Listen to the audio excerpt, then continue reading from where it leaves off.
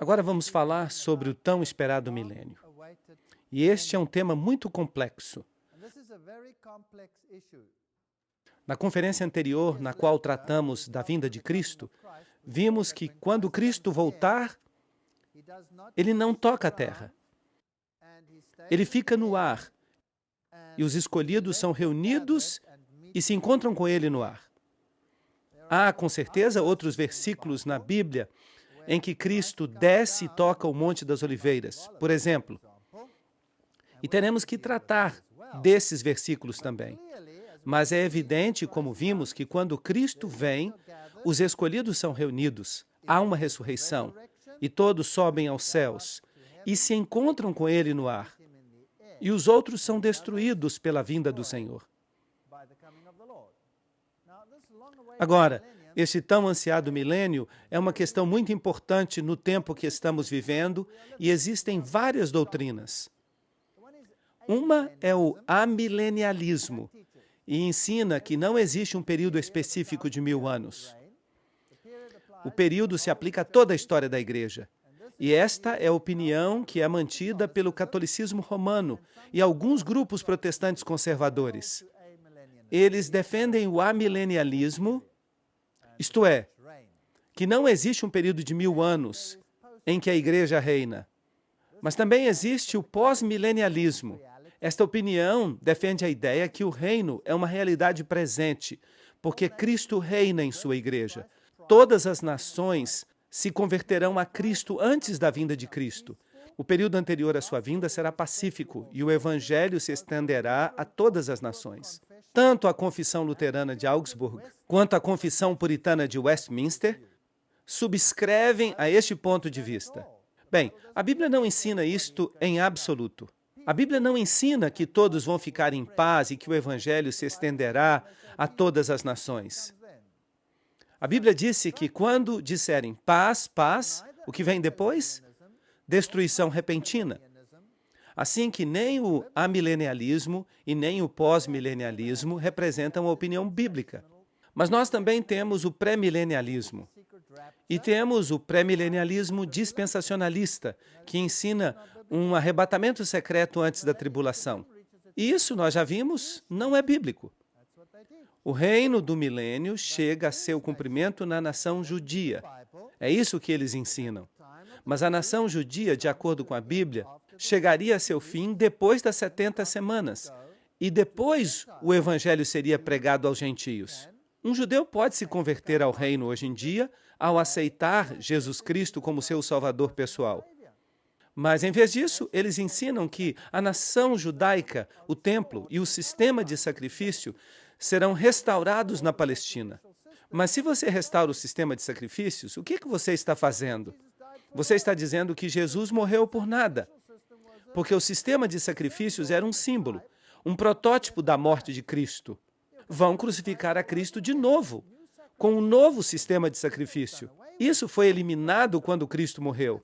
Esta é a razão pela qual a cortina se rompeu, de alto a baixo, mostrando que Deus terminou com o sistema de sacrifícios.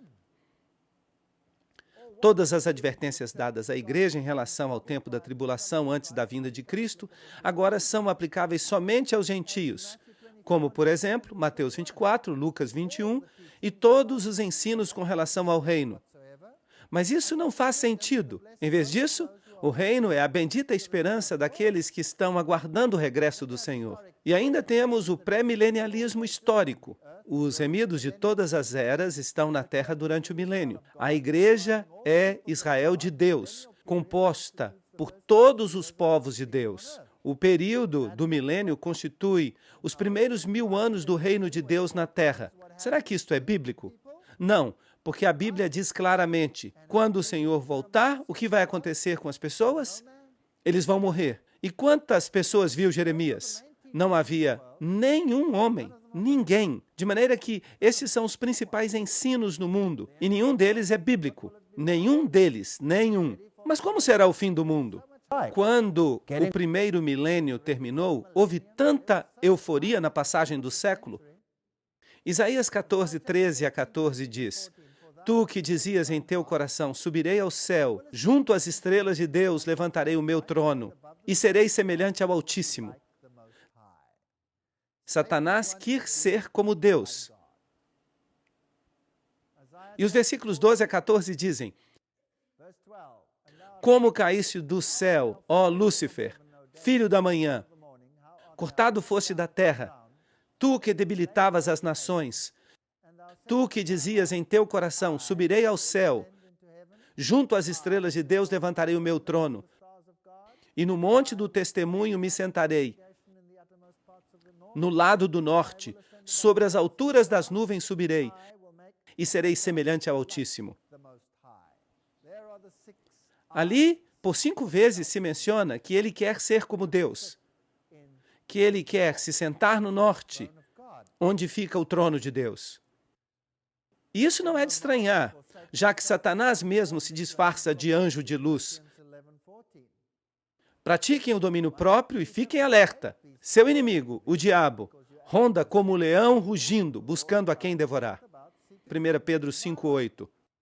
Portanto, alegrai-vos céus e vós que neles habitais. Ai dos moradores da terra e do mar, porque o diabo desceu a vós com grande ira, sabendo que pouco tempo lhe resta. Assim que, onde está o diabo? Aqui. E suas nações? Aqui embaixo.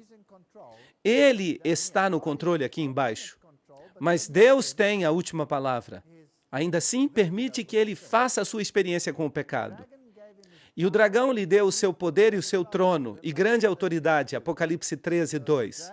Assim que o dragão está utilizando um sistema, e nós identificamos este sistema como o catolicismo romano, para trabalhar por meio dele. O Papa tem poder para mudar os tempos, para cancelar as leis, para dispensar todas as coisas, inclusive os preceitos de Cristo. É ele que altera a lei de Deus, que tem sua própria marca de autoridade, que é o sábado. E a Igreja e o Estado trabalham juntos para impor sistemas papais, que de fato são os sistemas do dragão. Portanto, Jesus Cristo é substituído por um sistema nesta terra, e a Bíblia diz que o protestantismo criará uma imagem da besta e também, eventualmente, fará que a Igreja e o Estado façam exatamente a mesma coisa através de sua santa aliança. Assim que a todos, pequenos e grandes, ricos e pobres, livres e escravos, lhes será posta uma marca na mão direita ou na fronte, e ninguém poderá comprar nem vender, senão aquele que tiver a marca ou o nome da besta ou o número do seu nome. Nós já falamos sobre este assunto, e assim vai ocorrer. Ezequiel 20, 12 e 20. E observem os meus sábados como dias que me são consagrados, como sinal entre vocês e eu, para que reconheçam que eu sou o Senhor seu Deus. Ouçam-me, os que conhecem a justiça, povo em cujo coração está a minha lei. Não temam afronta de homem. Não desmaiem por seus ultrajes. Nada mudou. O que ocorreu antes, ocorrerá também no fim. Porque qualquer um que guardar toda a lei, mas tropeçar em um ponto, se torna culpado de todos. Ou estamos completamente com Deus, ou não estamos com Ele. Porque aquele que disse, não cometerás adultério, também disse, não matarás. Agora, se não cometes adultério, mas matas, tu te fazes transgressor da lei. Assim falai e assim procedei, como aqueles que hão de ser julgados pela lei da liberdade. Assim que a suma de tudo o que ouvistes é, temei a Deus e guardai os seus mandamentos, porque este é o dever de todo homem. Porque Deus trará toda obra a juízo, juntamente com toda coisa encoberta, seja boa ou má. Só um pequeno resumo para que fiquemos atualizados. Porquanto estabeleceu um dia no qual julgará o mundo com justiça, pelo varão a quem designou. Esse é Jesus, comprovando isto para todos, dando fé a todos com o fato de que ressuscitou dos mortos. Não há nenhuma dúvida acerca de quem está falando aqui. E eu disse no meu coração, ao justo e ao ímpio julgará Deus, porque há um tempo para tudo o que se quer e para tudo o que se faz. Haverá um juízo para os justos e os ímpios. Agora, quando começa este juízo? O juízo começa com o povo de Deus, porque é o tempo em que começa o juízo pela casa de Deus. E se começa primeiro conosco, qual será o fim daqueles que não obedecem o Evangelho de Deus? 1 Pedro 4, 17. E aquele que teve muita luz, terá que prestar contas. Terá que prestar contas.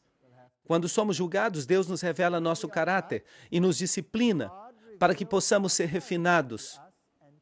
As pessoas têm essa ideia de que, quando se convertem ao cristianismo, não estão mais sob o juízo.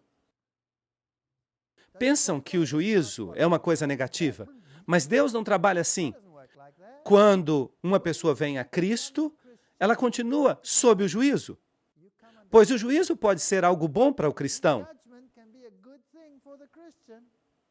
Mas, sendo julgados, somos castigados pelo Senhor. Mas se está em Cristo, Ele começa a discipliná-lo, para que não sejamos condenados com o mundo. 1 Coríntios 11:32. Isso não é uma coisa boa? De maneira que, quando uma pessoa se converte ao cristianismo, essa pessoa aceita Jesus Cristo, mas esta pessoa deve estar disposta a mudar. E o que ocorre se uma pessoa não está disposta a mudar? Sem a santificação, não veremos a Deus. Hebreus 12:14. Mas alguém pode dizer, quero ser cristão, aceito a Jesus Cristo. Sou cristão. Mas e depois? Agora o Senhor lhe diz, muda. Mas se a pessoa diz, não, eu já estou salvo, não tenho que mudar. Será que vai ser salvo ou não? Não. Quando uma pessoa entra nesse juízo, Deus lhe mostra o seu caráter. E essa pessoa tem que mudar pela graça de Deus. E como já expliquei antes, Ele usa também aqueles que amamos. E usa aqueles que estão na igreja para nos ajudar a mudar. A mensagem dos 3 anjos sai ao mundo. A primeira mensagem do anjo, lembram-se? O Evangelho eterno, a hora do juízo chegou. A segunda mensagem do anjo, Babilônia caiu. E o terceiro anjo, a marca da besta. Esta é a advertência, a última advertência à terra. E depois disso, o que acontecerá? Apocalipse 18, 1 a 4. Nós já lemos isso. Babilônia caiu, se converteu em guarida dos demônios imundos. A igreja já não prega mais o que deve pregar. E todos se envolvem com ela, os reis, os mercadores. E por isso terão que enfrentar as consequências. Apocalipse 16, 13 a 14 fala dos espíritos imundos, como rãs que saem ao mundo e reúnem a todos para a poderosa batalha. Esses espíritos de demônios fazem sinais e vão aos reis da terra em todo o mundo para reuni-los para a batalha do grande dia do Deus Todo-Poderoso. E nós vimos que nós vamos precisar de paciência e que vamos ter que nos apegar à obediência a Deus e à fé em Jesus. E logo sai o decreto. O que é injusto, continua injusto. E o que é imundo, continua imundo. Apocalipse 22, 11. Fecha a porta da graça. E será um tempo de angústia, qual nunca houve desde que há pessoas até agora. Assim que esta é a sequência. Percebem como tudo vai acontecer? A última mensagem sai, não aceitem a marca da besta que lhes será imposta, as pessoas vão ser obrigadas a observar o domingo papal e as leis papais, e quem não estiver de acordo com isso, se essa pessoa observa as leis bíblicas, será igual ao que o faraó fez. Um decreto. Não se pode descansar, não haverá sábado. E qual vai ser a resposta de Deus? As pragas. E haverá um tempo de angústia qual nunca houve antes. E vi outro sinal nos céus, grande e admirável. 7 anjos que tinham as 7ª últimas pragas. Assim que chega a retribuição, porque nela se consuma a ira de Deus. Apocalipse 15, 1. Agora, a primeira praga atinge a terra. A segunda atinge o mar. A terceira atinge as fontes e os rios. E a quarta, o sol.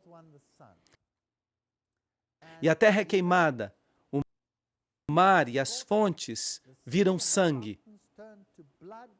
E nós vimos os paralelos quando estudamos as trombetas do Apocalipse. Lembram-se disso? Mas, contudo, as trombetas atingiam somente 1/3. Mas esta agora é a retribuição final, uma série de pragas que atingirá a terra e que vai manter esses adversários de Deus muito ocupados e com um grande problema. A 5ª praga atinge o trono da besta. O próprio catolicismo vai vir abaixo com a condenação de uma praga. A 6ª praga atinge o Eufrates. O Eufrates era o rio que alimentava a Babilônia. Agora, se em profecia as águas são povos e nações e multidões, as multidões que alimentavam Babilônia secarão. Babilônia vai ser exposta. E logo vem um terremoto e Saraiva é derramada no ar. O sétimo anjo derramou a sua taça no ar. E saiu uma grande voz do templo, do céu, do trono, dizendo: está feito. Apocalipse 16, 17. Assim que depois das pragas, então vem a destruição final na última praga. Mas durante essas pragas, não te sobrevirá mal, nem praga tocará a tua morada. Salmo 91, 10. E diz Isaías, no capítulo 26, 20 a 21.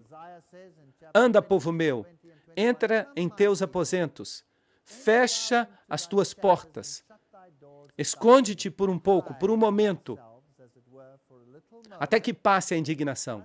Portanto, Deus fará possível que seu povo tenha um escape dessas coisas terríveis. Porque eis que o Senhor sai do seu lugar para castigar o morador da terra por sua maldade contra ele. E a terra revelará o sangue derramado sobre ela, e não encobrirá mais a seus mortos. Haverá uma ressurreição. Assim que antes da vinda do Senhor, o povo de Deus está protegido das pragas, escondido. Deus protege o seu povo. Esta é uma promessa maravilhosa. O seu pão será dado e suas águas serão certas. Isaías 33, 16. Não será preciso ter medo de nada. Mas com respeito à vinda do nosso Senhor Jesus Cristo e nossa reunião com Ele, nós rogamos, irmãos, que não se deixem mover facilmente de seu modo de pensar. Nem fiquem conturbados, nem por espírito, nem por palavra, nem por carta como se fosse nossa, no sentido de que o dia do Senhor está próximo, que ninguém os engane, de modo algum, porque esse dia não virá sem que antes venha a apostasia, de maneira que há uma apostasia, e se manifeste o homem do pecado, o filho da perdição. Bem, já vimos isso. Mostramos como se dará a alteração das leis e todas essas coisas, o qual se opõe e se levanta contra tudo o que se chama Deus, ou é objeto de culto, tanto que se senta no templo de Deus como se fosse Deus, fazendo-se passar por Deus. E nós já vimos como isso vai acontecer. E vocês sabem o que o detém. Já falamos sobre isto, a fim de que se manifeste em seu devido tempo, porque já opera o mistério da iniquidade. Já estava operando nos dias de Paulo. De maneira que, será que o anticristo virá no futuro? Ou já estava operando no passado? Já estava operando no passado. Contudo, há alguém que o detém no presente. E mostramos que era o Império Romano, até que ele, por sua vez, seja tirado do meio. E então se manifestará o iníquo. E o que vai acontecer com ele? A quem o Senhor matará com o espírito de sua boca e destruirá com o resplendor de sua vinda. De maneira que este anticristo, obviamente, se levantou naquela época, reinou e eventualmente será destruído. Quando? Quando Cristo voltar.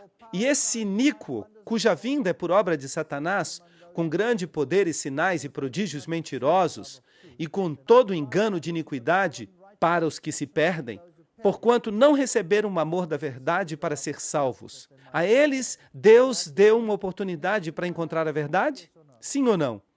Várias vezes, a reforma, a pregação nos últimos dias. Vocês se lembram que nós estudamos estes textos? O que o detém, a fim de que se manifeste no seu devido tempo. Que obstáculo existe senão o Estado romano? Nós já falamos em detalhes sobre isso numa conferência. Roma o detinha, e depois virá o anticristo. E o que isso faz com a doutrina do futurismo? Isso a destrói. E o que isso faz com a doutrina do preterismo, que alega que o anticristo saiu da Grécia? Isso a destrói. Por quê? Porque Paulo claramente diz que isto ainda havia de passar. Se Paulo tivesse sabido que Antíoco Epifânio era o anticristo, então ele teria dito, não se preocupem com isto, porque já passou. Mas ele nunca disse isto.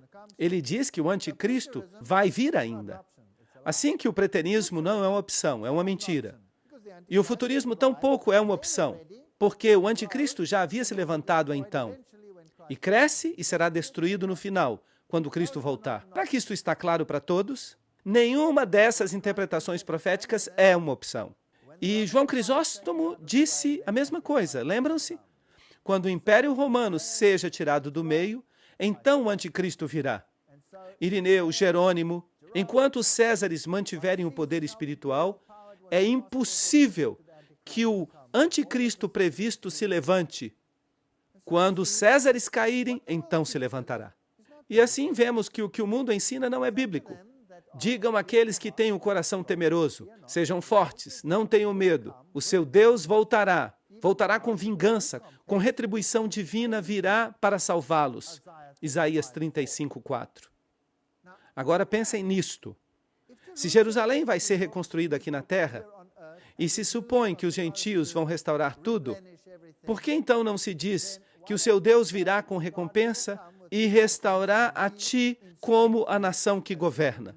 Não, não. Ele vai voltar para salvar aqueles que são seus, e o resto todo vai ser destruído. Porque eu, o Senhor, sou o teu Deus, que te sustém com a mão direita e te diz, não temas, eu te ajudo. Assim que a vinda do Senhor é para recolher a colheita de almas. O tema central do Apocalipse, eis que vem com as nuvens e todo olho verá, se refere à volta de Cristo. E vimos que será uma vinda visível. Porque assim como o relâmpago que sai do Oriente e vai até o Ocidente, assim será a vinda do Filho do Homem, Mateus 24:27. Porque o Filho do Homem há de vir na glória do seu Pai com os seus anjos, e então recompensará cada pessoa segundo o que haja feito, Mateus 16:27. E não vos maravilheis disso, porque virá a hora quando todos os que estão nos sepulcros ouvirão a sua voz. E os que fizeram o bem sairão para a ressurreição da vida, mas os que fizeram o mal para a ressurreição da condenação. João 5:28-29. Duas ressurreições separadas por 1000 anos. Estamos fazendo um rápido resumo aqui. Há uma ressurreição da vida e uma ressurreição da condenação. Este é o ensino bíblico. A ressurreição da vida, vamos recapitular. Porque o Senhor mesmo, com sua voz de comando, com a voz de arcanjo e com a trombeta de Deus, descerá do céu e os mortos em Cristo ressuscitarão primeiro. 1 Tessalonicenses 4:16. Esta é a primeira ressurreição. Aguardando a bendita esperança e a manifestação gloriosa de nosso grande Deus e Salvador Jesus Cristo. Tito 2:13. Ele nos salva. Os olhos dos cegos serão abertos, os ouvidos dos surdos se abrirão. Há uma transformação total. Então o coxo saltará como servo e cantará a língua do mudo. Porque o Senhor mesmo, com voz de comando, com voz de arcanjo e com trombeta de Deus, descerá dos céus, e os mortos em Cristo ressuscitarão primeiro. Nós seremos transformados, porque o que é corruptível tem que se revestir do que é incorruptível, e o mortal de imortalidade. Isso vai acontecer na vinda de Cristo. Logo, aqueles que estamos vivos, os que ficamos, seremos arrebatados junto com eles nas nuvens, para nos encontrar com o Senhor nos ares. 1 Tessalonicenses 4:17. E já falamos disso em toda uma conferência, com detalhes, mas não tínhamos respondido a todas as perguntas. Agora vamos respondê-las. O que mais tem que ocorrer? De maneira que na segunda vinda, a segunda vinda de Cristo, em sua vinda de glória, os justos vão para o céu. É isto que diz a Bíblia? Lembram-se do que ocorre com os ímpios? Porque o grande dia da sua ira chegou. E quem poderá subsistir? Eles se esconderão nas covas e entre as rochas das montanhas. E dirão, caiam sobre nós. A ira do Cordeiro chegou. E o Senhor quebrantará os reis nesse dia. E encherá esses lugares de cadáveres. É isso que diz a Bíblia. Salmo 110, 5-6. Agora, aqui está a resposta do Senhor às frases egoístas que lemos anteriormente sobre Satanás. Naquele dia exterminarei a tua cavalaria e destruirei os teus carros de guerra. Exterminarei as cidades de teu país e derrubarei as tuas fortalezas. Porei fim a tuas feitiçarias e não terás mais adivinhos. Acabarei com os teus ídolos e com os teus monumentos sagrados. Nunca mais voltarás a prostrar-te diante das obras das tuas mãos. Arrancarei as tuas imagens de Aserá e reduzirei a escombros as tuas cidades. Com ira e com furor, eu me vingarei das nações que não me obedeceram. Miqueias 5:10-15. Na tradução inglesa, a palavra eu é mencionada 8 vezes. 8 é o número de Cristo. E isso é incrível. Pequenos paralelismos na Bíblia. De maneira que Cristo vem para pôr fim ao reino de Satanás nesta terra. Será que isto é bíblico? Muito bem. Assim que os ímpios vivos morrem na vinda de Cristo. E o que vai acontecer com este planeta? E o que vai acontecer com Satanás? Esta é uma boa pergunta. Vi, além disso, um anjo que descia do céu com a chave do abismo e uma grande cadeia na mão.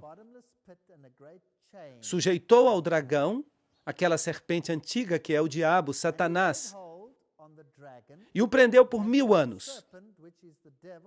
Apocalipse 20, 1 e 2. De maneira que Satanás vai ser preso por quanto tempo? 1000 anos.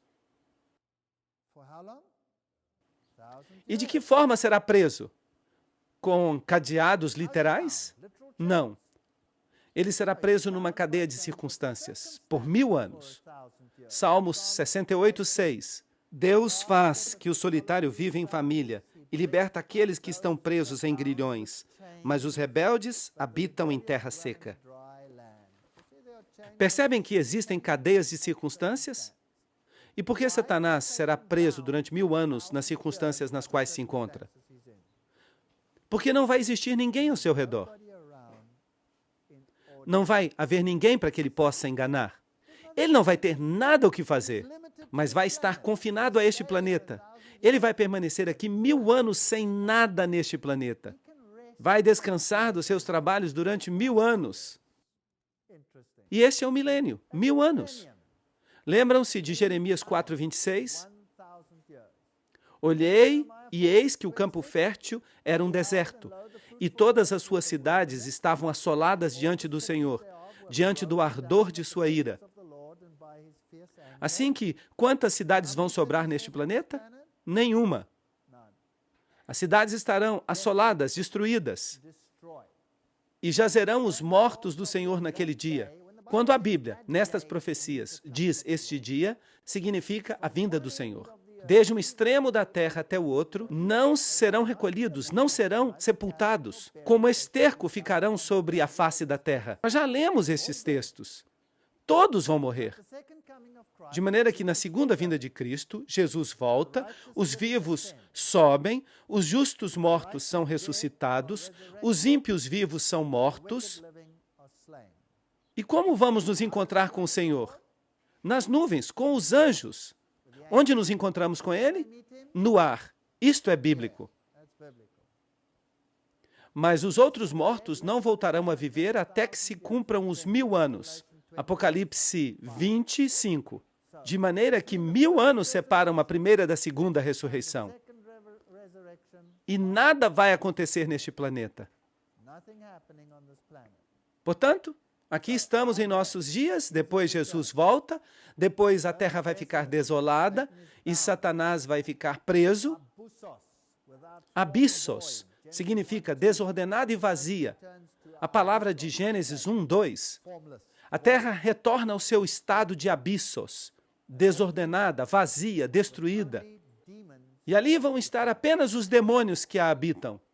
A terra fica então numa condição desgarrada, obscura, o abismo no qual Satanás será forçado a permanecer durante 1000 anos. E ele vai ver a todos esses cadáveres espalhados, mas ele não tem poder para ressuscitá-los. E o que vai acontecer com os justos durante o milênio? Vamos ler acerca disso em Apocalipse 26. Serão sacerdotes de Deus e de Cristo e reinarão com ele 1000 anos. Onde isso vai acontecer? Vai acontecer no céu, certo? E vi tronos e se sentaram sobre eles os que receberam a faculdade de julgar. Apocalipse 24. Bem, tem uma pergunta. Se Jesus vem nas nuvens do céu e separa os justos dos injustos, se todo o juízo foi dado a Jesus, então esse juízo, no momento da sua vinda, já vai ter ocorrido, certo? Então, em que juízo estão agora envolvidos os santos? Eles estão aqui, todos têm tronos, e o juízo lhes é dado e eles podem abrir os livros. Ou não sabeis que os santos hão de julgar o mundo? Ou não sabeis que vamos julgar os anjos? Incrível! E eu pergunto, que anjos? Os anjos caídos. 1 Coríntios 6, 2 a 3. Portanto, Satanás será julgado. O juízo revela que Deus fez todo o possível para salvar a todas as pessoas. Certamente, Senhor Deus Todo-Poderoso, os teus juízos são verdadeiros e justos. Apocalipse 16, 7. Eu chamo este juízo de juízo da verificação. Deus já julgou o mundo. Jesus então volta. Separa os ímpios dos justos. Os justos vão com ele para o céu. Ele lhes preparou um lugar. Eu vou e virei outra vez e os tomarei para mim mesmo. Ele os leva para o céu. E agora eles têm uma oportunidade de ver se Deus foi justo. E podem revisar os livros e verificar o caso de todos os indivíduos que já viveram. E entender a catástrofe do pecado desde o seu princípio até o fim. E, por exemplo, se uma pessoa tem uma pergunta, onde está fulano de tal? Era uma pessoa tão boa? Ou, por que esta pessoa está aqui? O que ele está fazendo aqui? Então teremos a oportunidade de procurar nos livros. E o que revelarão os livros? Que Deus foi justo e equitativo em todas as suas ações. E poderemos ver todo o processo do pecado. Cada indivíduo. Incrível, imagine isso. 6.000 anos de história. Isso vai ser algo significativo, vai ser um longo processo. E enquanto estivermos aqui, poderemos crescer no conhecimento e na sabedoria e ser totalmente transformados no transcurso do período de 1.000 anos, naquilo que Deus havia previsto que fôssemos. Seremos instantaneamente mudados na sua vinda. Mas imaginem o que aprenderemos no céu. Quantas perguntas teremos? Um número incrível de perguntas. E Deus as responderá pessoalmente. E nós poderemos comprovar tudo isso. E vamos dizer, certamente, Senhor Deus Todo-Poderoso, teus juízos são verdadeiros e justos. Ele é justo, mas ainda assim é triste. E se você não encontrar ali uma pessoa que você realmente amava? De maneira que durante o milênio os justos estão no céu. A terra está desolada. Satanás está preso. E o juízo de verificação ocorre no céu.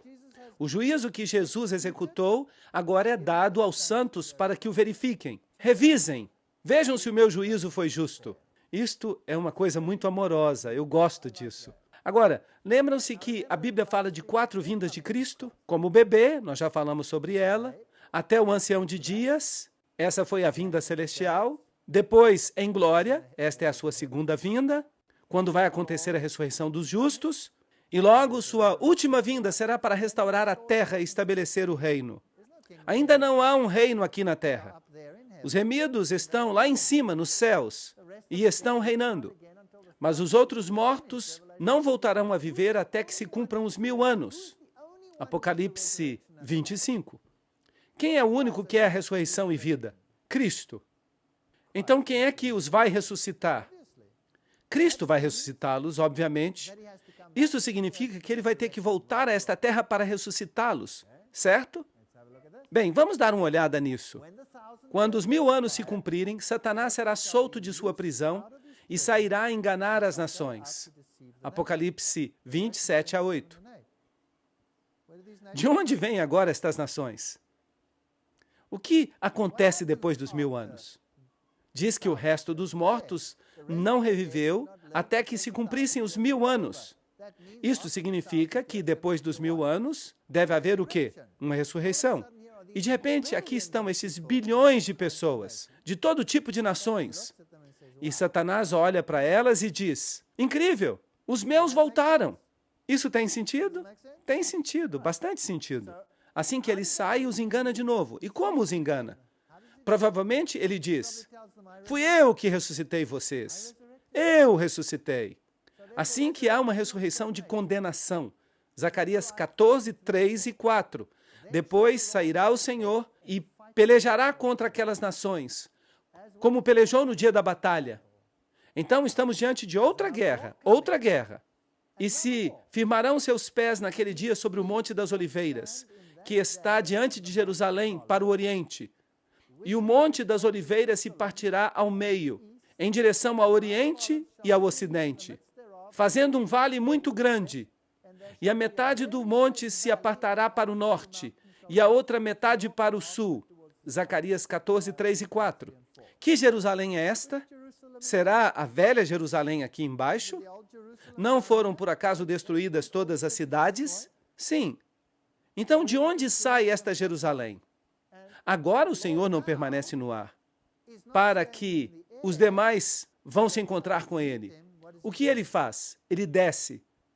E quando ele que não tem pecado, toca esta terra contaminada, o que acontece? Bum! Uma poderosa planície se abre e se purifica. Para quê? Para que algo desça.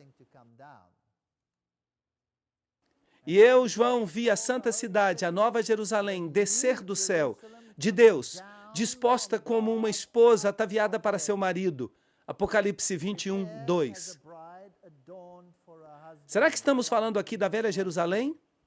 Ou da nova Jerusalém? De onde ela vem? Esta é a maior nave espacial que já veio à Terra.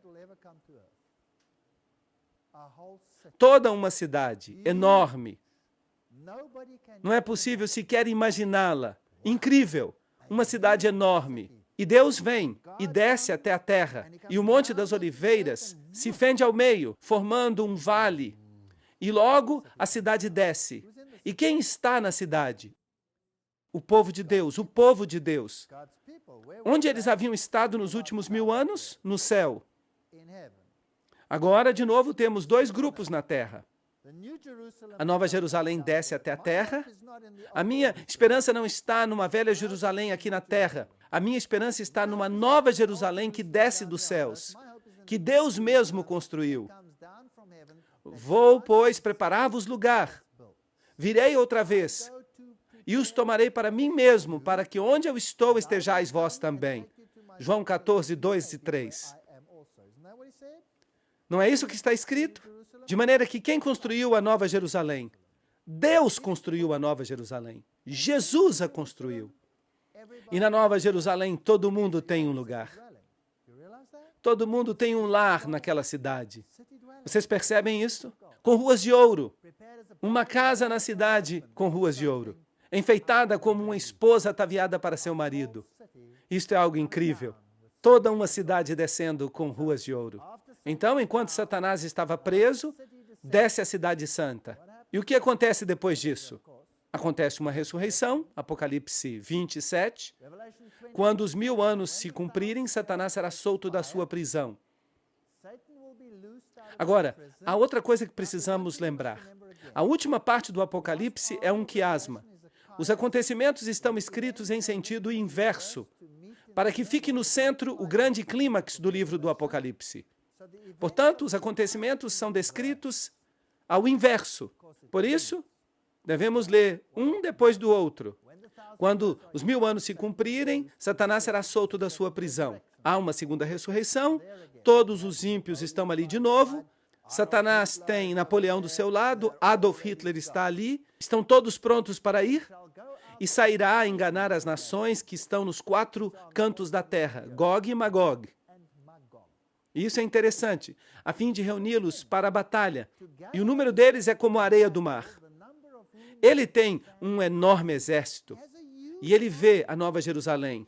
E o tamanho dela é aproximadamente a área da Polônia. De fato, quando eu apresentei estas conferências na Polônia, muitas pessoas me disseram, a Polônia vai ser o lugar, já que é exatamente do tamanho da Nova Jerusalém. É claro, essa cidade é tão alta quanto larga. Como será então exatamente a cidade? Eu não sei exatamente. Talvez possamos imaginar uma cidade que tenha a mesma altura e largura. Pode ser o formato de um cubo. Que outro formato pode ser? Uma pirâmide, talvez. Eu não sei exatamente como vai ser. Eu ainda não vi a Nova Jerusalém, mas eu tenho muita vontade de vê-la. Mas eu sei que Satanás ama as pirâmides. E Satanás é um copiador. Por isso eu acho que a Nova Jerusalém vai ser uma pirâmide. É só um palpite. Não é doutrina, é só um palpite. Eu não sei como vai ser. E eu vou ficar muito emocionado quando eu vê-la. Gog e Magog. Há um capítulo inteiro no livro de Ezequiel acerca de Gog e Magog. Trata-se de uma tipologia sobre a destruição de Satanás e sua hoste. É isso que é, a fim de reuni-los para a batalha. E o seu número é como a areia do mar. E subiram a largura da terra e rodearam o acampamento dos santos e a cidade amada. Que cidade? A Nova Jerusalém, com os santos lá dentro. E do lado de fora da cidade, em uma terra que ainda está contaminada, porque o que vai purificá-la é a vinda de Jesus ao tocá-la.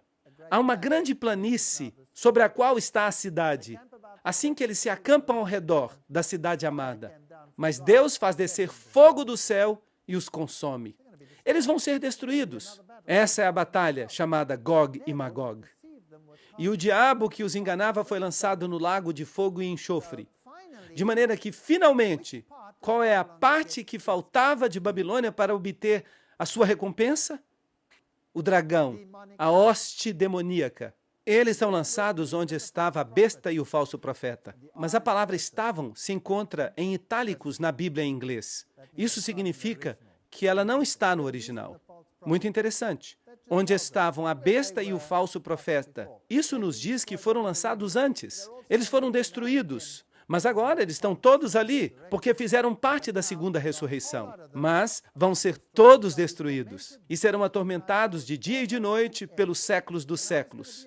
Mas será que vamos ter um inferno que queima pelos séculos dos séculos? Vamos ter que estudar esse assunto. Jesus volta e há uma colheita. Apocalipse 20, 11. E vi um grande trono branco, e o que estava sentado nele, diante do qual fugiram a terra e o céu, e nenhum lugar se encontrou para eles. De maneira que quando este trono se levanta, coisas grandiosas sucedem. E eu vi os mortos. Agora, lembrem-se, nós estamos lendo os acontecimentos ao inverso, devido à estrutura do quiasma. Assim que, de fato, quando lemos a história do Apocalipse, há uma guerra. A santa cidade é rodeada e logo há uma ressurreição. Vocês se lembram que eu disse que vocês deviam ler ao inverso? A estrutura do quiasma, em realidade, nos diz que temos que ler assim. Uma ressurreição, as pessoas rodeiam uma cidade, depois há um juízo e uma destruição. Assim que eu vi os mortos, grandes e pequenos, de pé, diante de Deus, e os livros foram abertos, e outro livro foi aberto, que é o livro da vida, e foram julgados os mortos, pelas coisas que estavam escritas nos livros, segundo as suas obras. E assim, cada um fica confrontado exatamente com a razão por que não foi para o céu. E o mar entregou os mortos que havia nele, e a morte e o Hades. Aqui a palavra Hades se lê como inferno, em outras versões.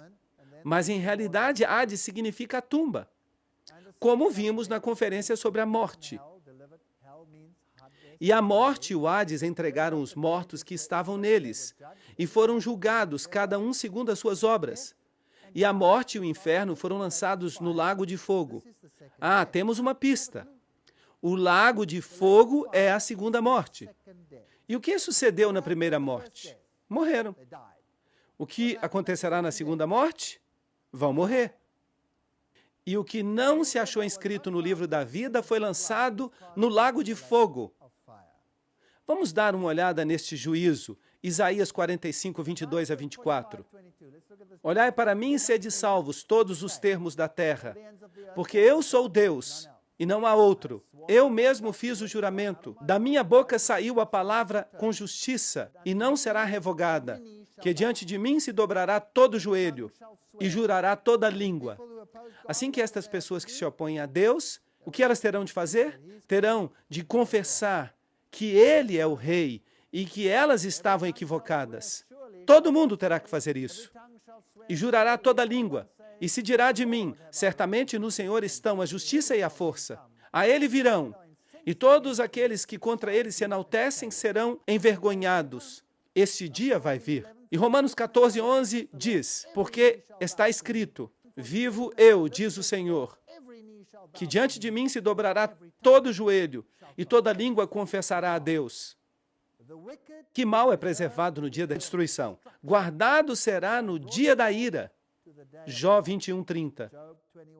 Todos eles vão ser destruídos. De maneira que esta batalha de Gog e Magog, quando acontecerá? Vamos falar sobre isso na próxima parte.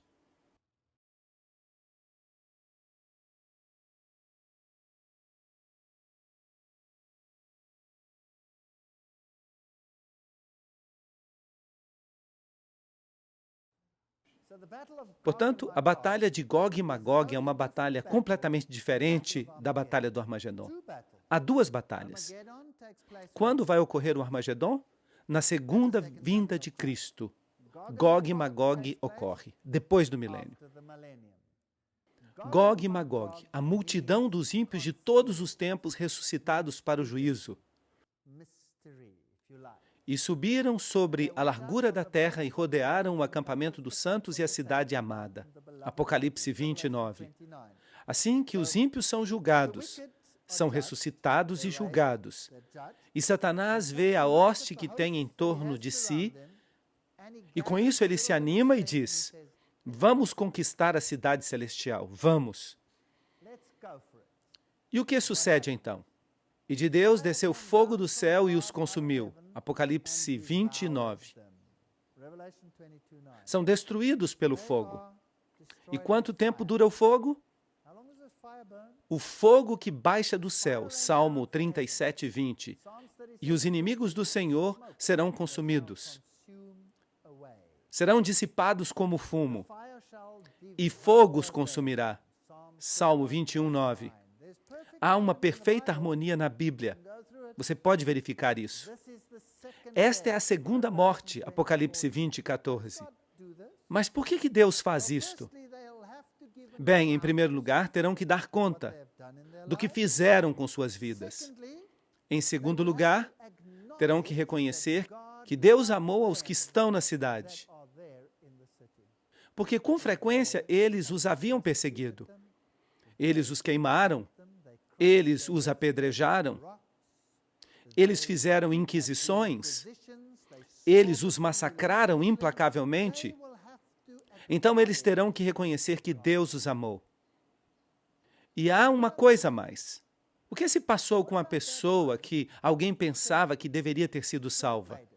O juízo revela que esta pessoa não deveria ter sido salva.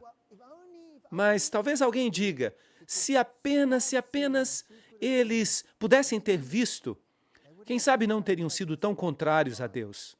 Mas quando são ressuscitados, todos verão a mesma animosidade e ódio, tanto neste rosto quanto em todos os outros. E as pessoas se darão conta de uma vez por todas. Incrível! Deus sabe o que está fazendo. E irão eles para o castigo eterno e os justos para a vida eterna. Mateus 25, 46. Agora nós temos que falar da doutrina do castigo eterno. Será que Deus vai queimar essas pessoas para sempre? Então, como podemos explicar a palavra consumidos? O que significa na mentalidade hebraica o castigo eterno? Vejamos Apocalipse 14, 11.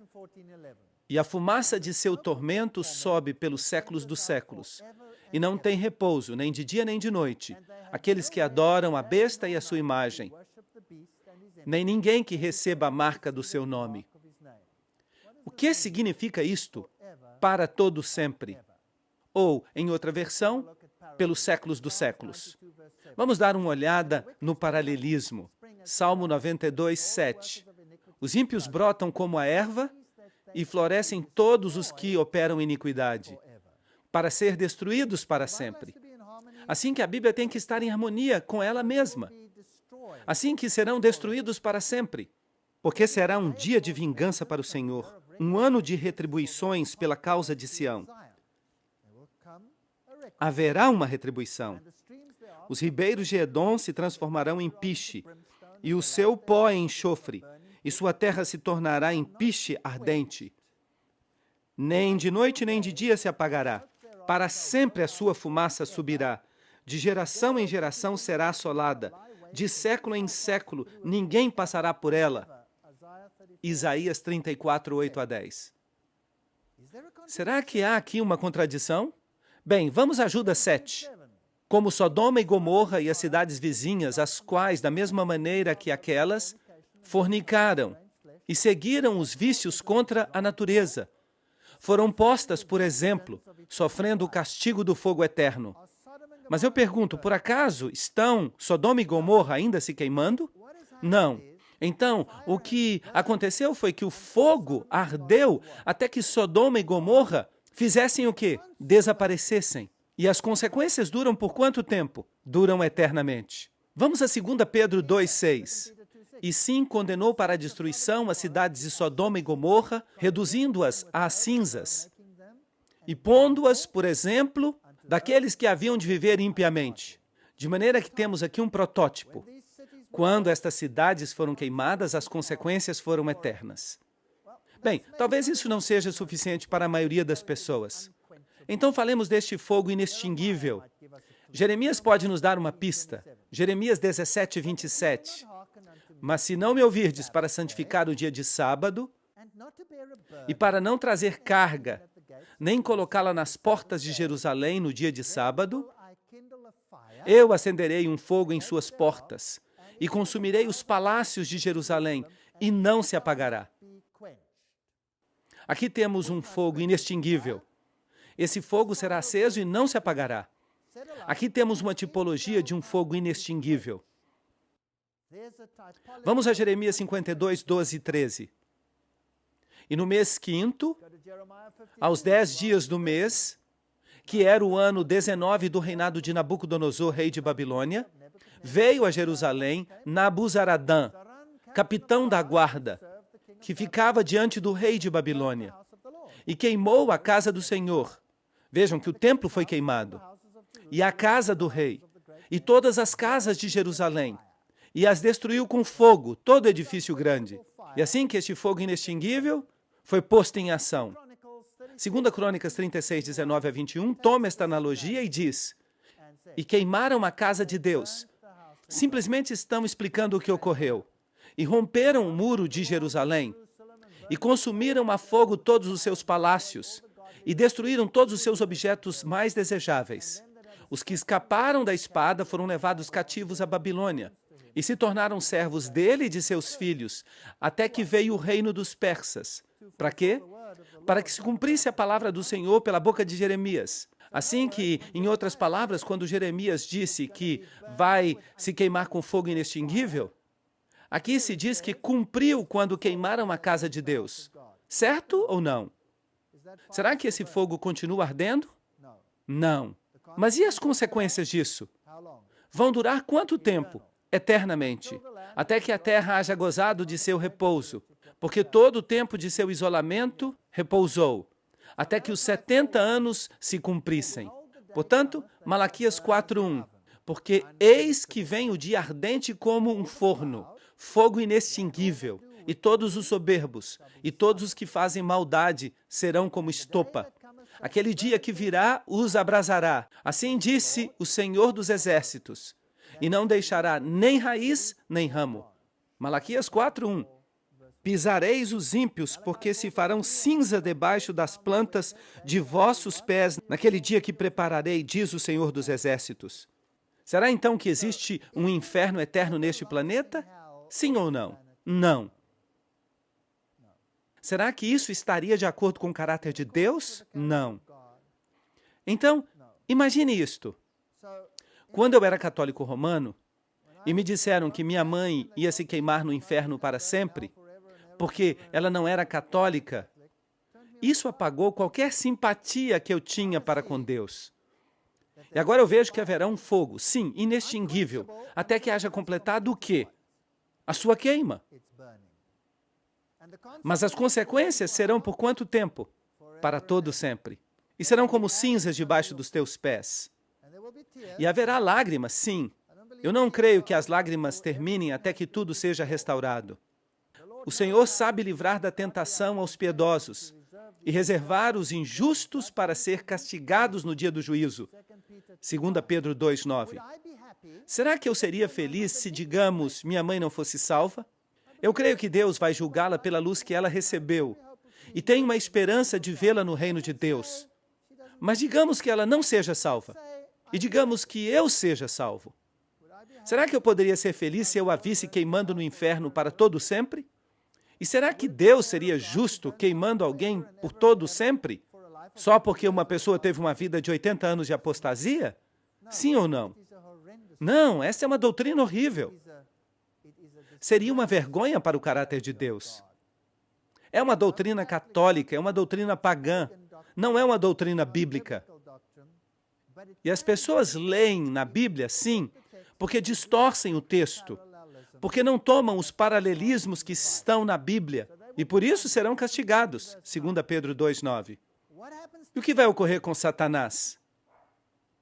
Ó, querubim protetor, eu tirei fogo do meio de ti, o qual te consumiu e te transformou em cinzas sobre a terra. Ezequiel 28, 16 e 18. O que acontece então com o diabo e seus anjos? Vão ser destruídos. Por quanto tempo? Para sempre. Portanto, o problema do pecado será resolvido de uma vez por todas. O pecado vai desaparecer. E ouvi uma grande voz do céu que dizia: Eis o tabernáculo de Deus com os homens. Ele habitará com eles, e eles serão o seu povo. E Deus mesmo estará com eles, como seu Deus, e verão o seu rosto. Apocalipse 21:3 e 22:4. Deus vai estabelecer um reino aqui, nesta terra. Mas tudo o que aconteceu até agora é que a cidade santa desceu. Houve uma ressurreição, houve um juízo, e todos os ímpios de todas as idades, e todos os demônios, e o próprio Satanás, todos são mortos. Satanás vai morrer a morte eterna, e todos os ímpios com ele. E então Deus vai dar um passo para fora, e as pessoas vão segui-lo e caminharão sobre as cinzas dos mortos. A terra será queimada e será renovada. Vi um novo céu e uma nova terra, porque o primeiro céu e a primeira terra passaram. Apocalipse 21:1. Isso não é totalmente diferente da ideia de uma Jerusalém e de um milênio de paz? Essa doutrina não faz nenhum sentido. Portanto, teremos um novo céu e uma nova terra, porque o primeiro céu e a primeira terra passaram. Apocalipse 21:1. E nós esperamos, segundo as suas promessas, novos céus e nova terra. Não uma terra velha, retocada. Não, uma terra nova, na qual habita a justiça, 2 Pedro 3,13. Então, depois do milênio, Deus vai recriar os céus e a terra.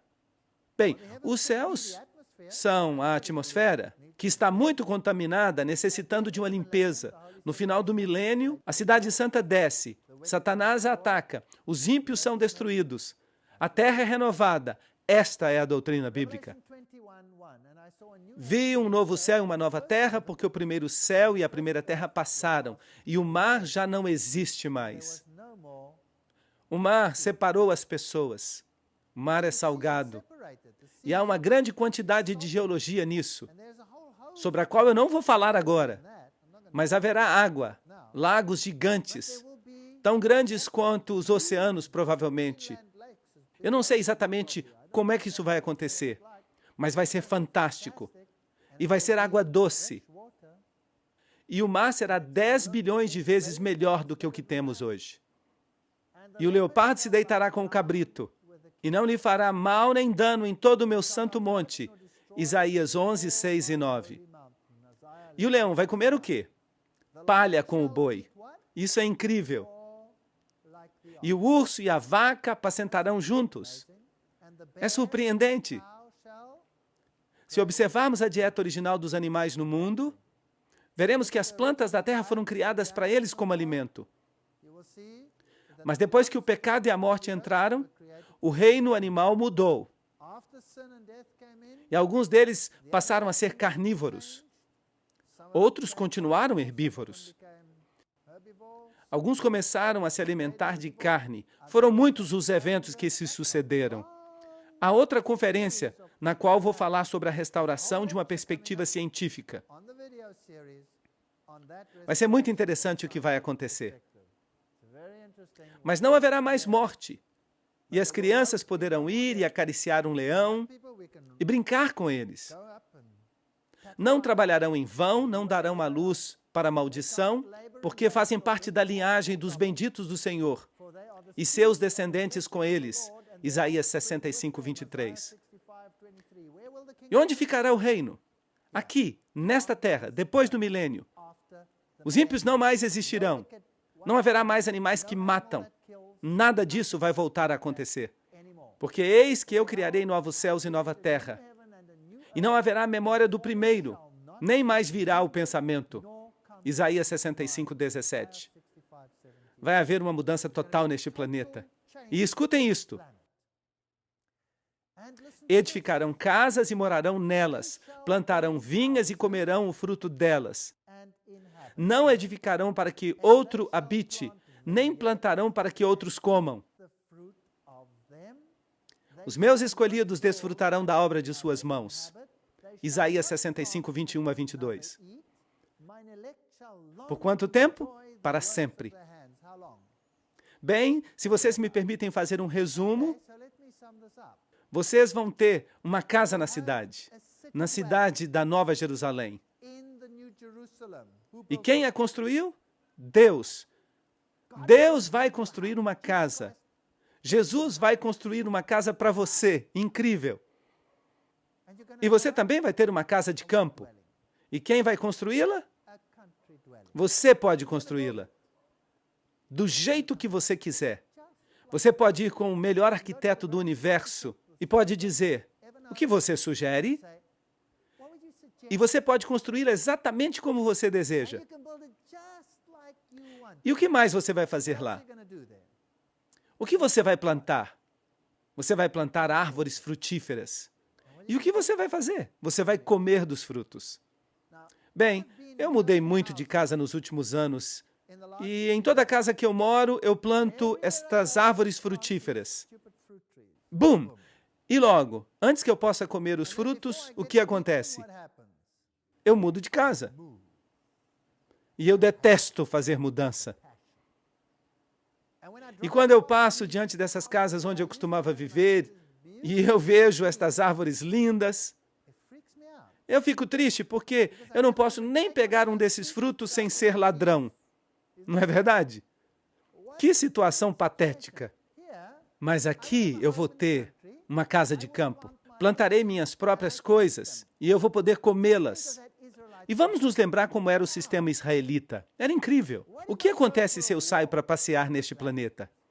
Se eu estou passando pela sua casa ou pela sua terra, sua propriedade, será que eu vou poder comer? Claro que sim.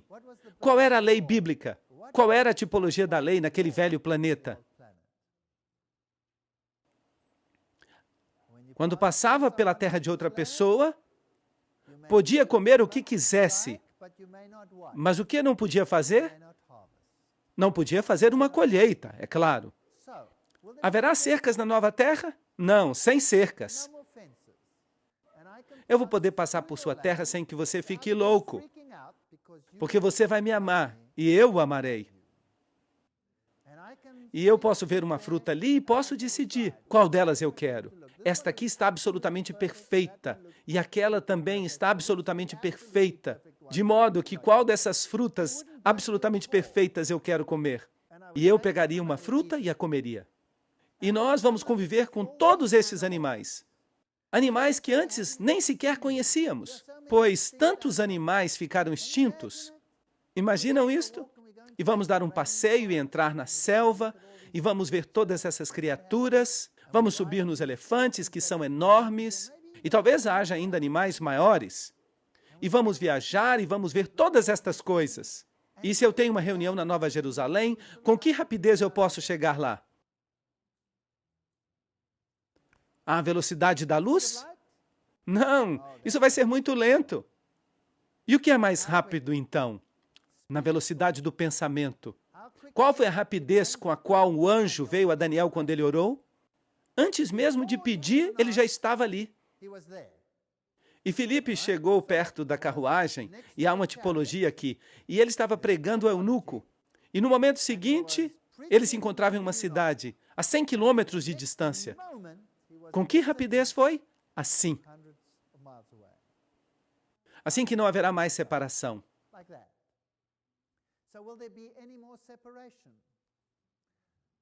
E você vai falar com a sua família, eu vou até Andrômeda hoje, que se encontra a trilhões de quilômetros de distância. Bem, então você tem um bom dia. E logo depois vem a pergunta, você vai voltar para o almoço? E você pergunta, você gostaria que eu voltasse para o almoço? Claro! Bum! Oi, eu voltei para o almoço. Isto é fantástico. Já não haverá mais limites de velocidade. Nunca mais. Eu vou comer o fruto que eu mesmo plantei. Vou plantar minhas vinhas. Cada um de nós teremos um lugar no campo. E vocês sabiam que se nós tomássemos toda a população do mundo hoje em dia, vocês sabiam que todos caberiam na parte norte do estado da Flórida? Não sabiam? Toda a população mundial de hoje caberia nesta pequena região. De maneira que, em realidade, não estamos superpovoados. O que acontece é que a Terra está em um total desastre. Mas imagine se toda a Terra for restaurada. Será que teríamos todos espaço suficiente? Ainda que fizemos um cálculo desde o princípio, desde todas as épocas, haverá espaço suficiente. E a Nova Jerusalém, a propósito, se calcularmos a quantidade de espaço nela, haverá espaço suficiente para caber a todos os que viveram. Assim que, em realidade, Deus não quer que ninguém se perca. Ele não vai fazer uma Nova Jerusalém pequena, pensando somente naqueles que vão estar ali.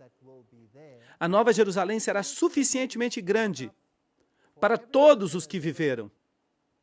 Infelizmente, os anjos vão acabar tendo que ocupar um pouco desse espaço. É muito triste, porque isso depende da nossa escolha. Mas esse novo mundo será algo especial. Não há morte, não há dor, nada. Será fantástico.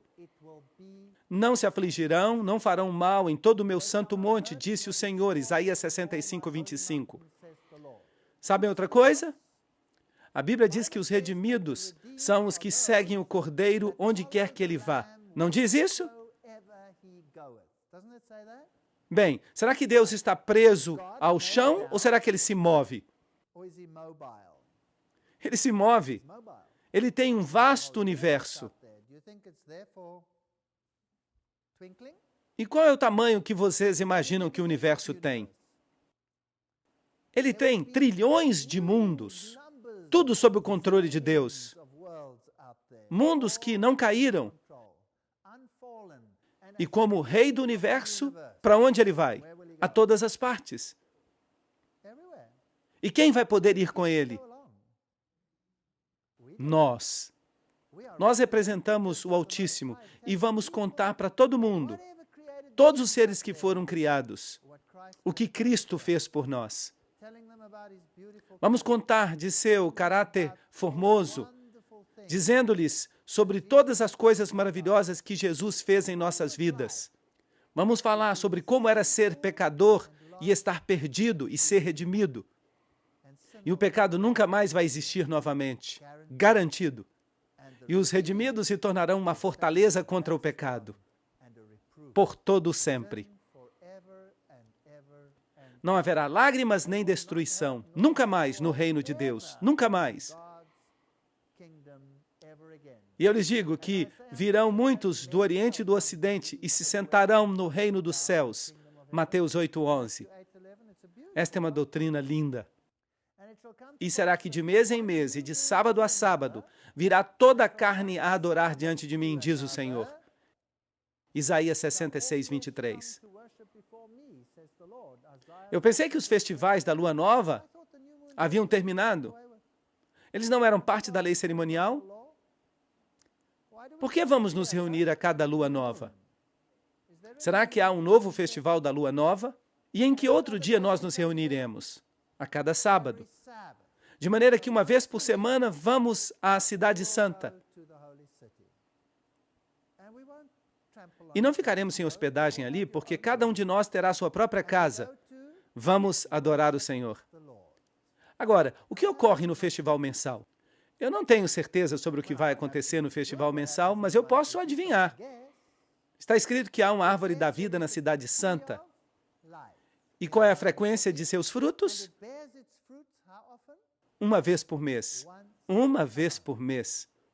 E tem quantos tipos diferentes de fruto? 12. De maneira que até poderemos escolher. Se você não quer este, pode escolher aquele. Individualidade, liberdade de escolha. Eu gosto disso. E as folhas são para a saúde das nações, Apocalipse 22, 2. Para que isso? Talvez haja uma substância nas folhas que assegura o perfeito funcionamento do DNA para sempre. Talvez seja um restaurador de DNA. Eu não sei o que nós vamos fazer com as folhas. Talvez façamos chá com elas. Talvez um chá melhor do que o chocolate.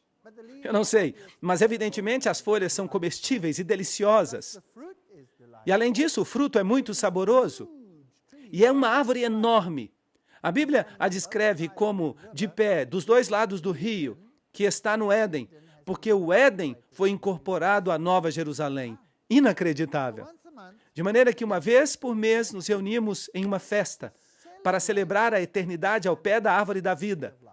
E uma vez por semana nos reunimos para cantar louvores ao nosso Rei Celestial. Eu não vejo a hora de estar no céu. Não vejo a hora de chegar à Nova Jerusalém. Não vejo a hora de chegar o reino de Deus. E espero que todos vocês sejam parte desse reino também.